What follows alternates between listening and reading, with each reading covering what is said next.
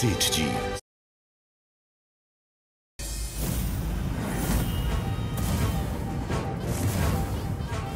कहाँ भाग रही थी कामिनी भाई? अब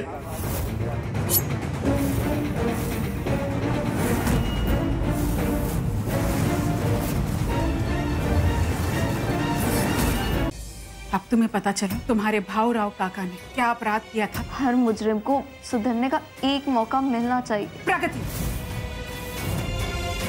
नागू जी, ये कौन है? सम्राट की दिशा से कुछ व्यक्ति अपने शहरी वाहन में यहाँ पर आए और उसे फेंक कर चले गए। नागेश सेठ इतनी जल्दी पलट के वार करेगा ये सोचा नहीं था मैंने। नमस्कार सेठ जी। इसे पहचाना कि नहीं? देवसू का ही है। ये हमारे देवसू का आदमी नहीं। कोई बात नहीं, मैं मुंह दिखाई करवाता।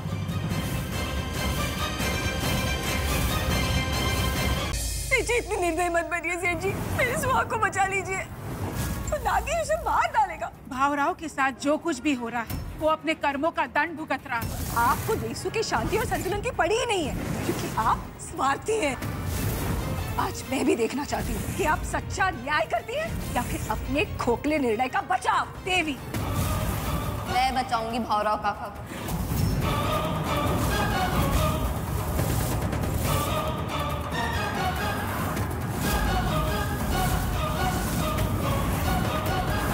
बाजी के बारे में सोचने की आपको बिल्कुल जरूरत नहीं है। वैसे उसका दर्द कम हो गया है ना? शरीर के घाव तो हंसते हंसते सह लेता है मेरा भाजी, लेकिन इस बार शरीर के साथ साथ घाव उसके दिल पर भी लगे हैं। पता नहीं विट्ठल की मौत का सदमा कैसे सह पाएगा मेरा भाजी। मैंने पता नहीं कितने पाप किए हैं अपनी जिंदगी में।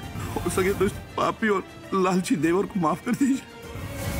विट्ठल, मैं बाजीराव तुझसे ये वादा करता हूँ, नागेश सेठ को तो हम खून के आंसू रुलाएंगे। अपनी विट्ठल की जान के बदले अब उसे अपनी जान देनी होगी। बस बस काकी, इतनी पूरी मैं नहीं कर सकता। मैं बच्चा हूँ ना। चुप कर और खाए से। बड़ा होकर अपने बाजी काका की तरह पहलवान बनना है ना? बाजी काका जैसा? नहीं नहीं नहीं, तो मैं पापा जैसा बनूंगा। पूरा दिन खाट में सोऊंगा। हे गोविंदा, बाबा के बारे में ऐसे नहीं बोलते। तो कैसे बोलते हैं मारी? गोविंदा, बहुत होगी मस्ती। चल अब जल्दी जल्दी से इसे खा ले, मुझे औरों को भी तो खाना खिलाना है ना। वो बुढ़ा आदमी को ना?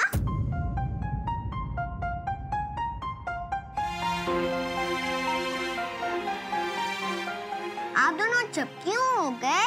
मुझे सब पता है, मैंने उनको देखा है टीवी आजी के कमरे में। कौन है वो? यहाँ पर क्यों रह रहे हैं? गोविंदा, वो भी तुम्हारे आजोबा है, देवी आजी के पति भावराव आजोबा। ओह अच्छा, किंतु काकू वो तो पहले यहाँ पर नहीं रहते थे। वो देवसू के बाहर रहते थे ना, तो बस अभी लौटे हैं। ओह अच्छा है, मैं भी उनके साथ खेलूंगा। ए गोविंदा, कितना प्रश्न पूछता है तू? अभी से बाबा जैसा बन गया। जा बाहर जाके खेल। अच्छा ठीक है, आप लोग ने तो मुझे बैठा के रखा था, मैं तो कब का जाने वाला था, तो चला मैं। जा।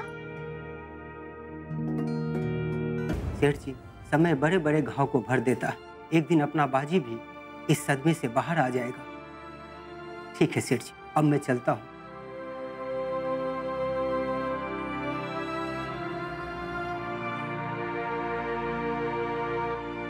सेठ जी साहब, मैं आपका ये उपकार मरते दम तक नहीं भूलूंगी। आपने मुझ पर और मेरे भावराव पर बहुत बड़ा उपकार किया है। देवी, ये समय इन बातों का नहीं है। तुम्हारा पति तुम्हें बहुत वर्षों के बाद मिला है और उसकी सेवा तुम्हें अच्छे से करनी होगी। उसके स्वास्थ्य का ध्यान रखना है। वैद्य जी ने कहा है कि वो जल्द ठीक हो जाएगा। जी सेठ जी साहब।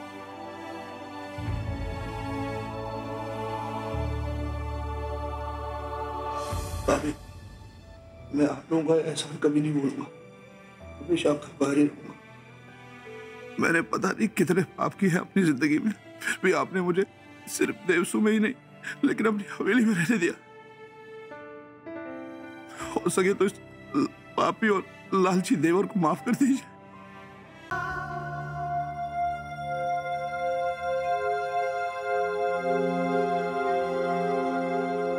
भाभी, नमक थोड़ा कम है, मैं डाल देती हूँ। अरे उत्तरा सुन तो, जरा अपने भावराव काका के लिए हल्दी का दूध बना देना। जी काकू, अभी लेके आती हूँ। अरे सिर्फ हल्दी वाले दूध, थोड़ा सा बादाम पीस के डाल दो क्या? तभी तो बात बनेगी। प्रगति अभी अभी दूध लेके गई है बाजी के कमरे में। अरे वसुंधरा, ये तो क्या बोल रही है? बादाम कमरा, कुछ समझ में नहीं आया मेरे। भाभी बताओ ना, मुझे भी समझ नहीं आया। अरे पगली, जब पत्नी प्यार से अपने पति के लिए दूध लेके कमरे में जाती है ना, तो पति खुशी से। वसुंधरा, थोड़ी तो शर्म कर। अपनी काकी से कोई ऐसी बातें करता है क्या? काकू, मैं तो मजाक कर रही थी। हाँ, हम भी बहुत खुश हैं आपके लिए। जीजी ने ये बात बिल्कुल सही कही है। आप दोनों का यूं बरसों बाद मिलना बहुत बहुत अच्छा लग रहा है। बरसों नहीं, सदियों के बाद मिले हैं हम। मुनीम, इधर आ। जी सेठ जी। आज वो राम जी अपने खेतों में अपना बैल लेके घुस गया। जब अपने पास उसके जमीन के पूरे कागज है तो उसकी हिम्मत कैसे हुई? कागज? वो तो क्या? जा लेके आ कागज, आज उसकी टांगे तोड़वा देता हूँ। राम जी ने पूरा ब्याज चुकता कर दिया और अपने कागज लेकर चला गया। क्या कहा? क्या बोला तूने? अभी बुड्ढे, तुझे पता नहीं, मेरी अलमारी में जमीन के कागज सिर्फ आते हैं, बाहर नहीं जाते। तो किससे पूछ के दिए तूने? किससे पूछ के दिए? लेकिन वो से... लेकिन क्या? वो एक कहावत है ना, एक परिवार को मुट्ठी में बांधना। बंद मुट्ठी तो लाख की, खुल गई तो खाक की। मुट्ठी खोल भी दूंगी और रिश्तों की मजबूत सिलाई को उधेड़ भी दूंगी। हम औरतें ना नदी की तरह होती हैं। जैसे ही नदी को रास्ता मिलता है, वो अपने आप को उस रास्ते में ढाल लेती है। कब पड़ेगी मेरे कलेजे में ठंडक? कब उजड़ेगा उस सेठ जी का देउस? आज तक सेठ जी आपके वार से नहीं झुकी, अब वो सेठ जी मेरे प्यार से झुकेगी।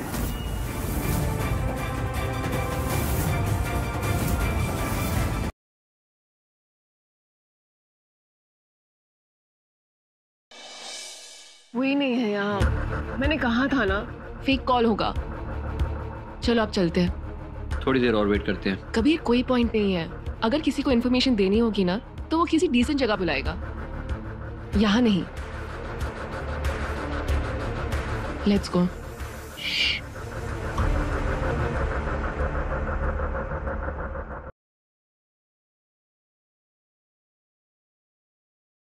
आज आप सब लोगों के लिए सरप्राइज है, सरप्राइज। और पता, जब आपको सरप्राइज मालूम चलेगा तो आप क्या बोलोगी? क्या? कि अब क्यों बुला रहा है, पहले क्यों नहीं बुलाया? आप सभी हमारे ट्रस्टी धर्म सिंह राठौर जी के घर जा रहे हैं। और हाँ तेजस्विनी, ये जिम्मेवारी तुम्हारी है। वादा कर, तो अब से उस राठौर खानदान से कोई रिश्ता नहीं रखेगी।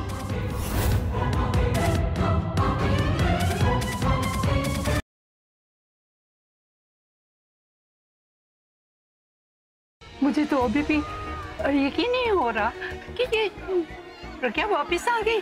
पर मुझे ऐसा लग रहा है जैसे कुछ सपना आ रहा है। क्या कहा था मैंने कहा था ना कि प्रज्ञा वापस आएगी। मेरा दिल मुझसे झूठ नहीं कह सकता, मेरा यकीन कभी गलत नहीं हो सकता था।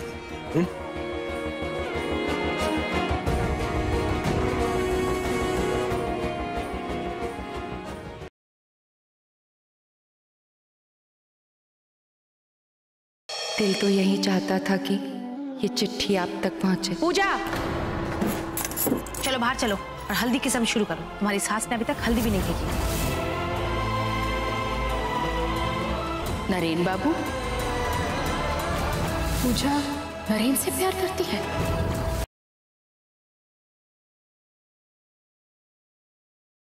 इंस्पेक्टर साहब, ये झूठ है, हमने कोई चोरी नहीं की है। ये सब क्या हो रहा है? अरेस्ट कर रहे थे महक जी आपके दोनों चाचाओं को।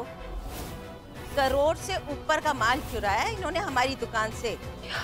लेके चलो इन्हें। हमारी बात तो सुनिए। क्या कर रहे तुम? तेरे चाचा और पापा को जेल ले आ रहे।